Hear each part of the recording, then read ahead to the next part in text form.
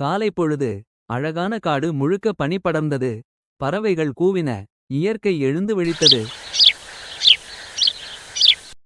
நேரத்தில் ஒரு சிறுத்தை பசி கொண்டு காடுக்குள் அலைந்தது. இன்று எதையாவது பிடிக்கணும் என்று நினைத்தபடி நடந்து கொண்டிருந்தது.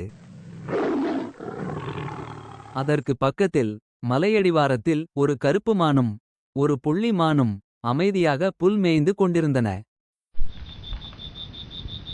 சிறுத்தை அவற்றை பார்த்தது. இந்த மான்கள் தான் என் உணவு என்று மனதில் நினைத்தது. மிகுந்த எச்சரிக்கையுடன் அருகே வந்து நின்றது. சிறுத்தையை பார்த்த உடன் மான்கள் பயந்து ஓடத் தொடங்கின. ஒரு பக்கம் கருப்பு மான், மற்றொரு பக்கம் புள்ளி மான். அவை இரண்டும் இரு பாதைகளில் பிரிந்து ஓடின. சிறுத்தை குழப்பத்தில் நின்றது.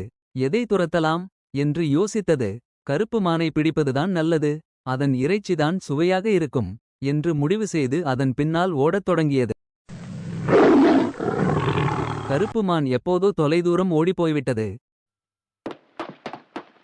சிறுத்தை சோர்ந்தது. சரி, புள்ளி மானையாவது பிடிக்கலாம் என்று சொன்னது. சிறுத்தை மற்ற பாதையில் ஓடியது. ஆனால் அங்கே சென்றபோது புள்ளி மானும் இல்லை. சிறுத்தை நிமிர்ந்து பார்த்தது. பசி இன்னும் அதிகமானது. ஆனால் உணவு இல்லை. மிகவும் சோர்ந்து போனது. நீதி.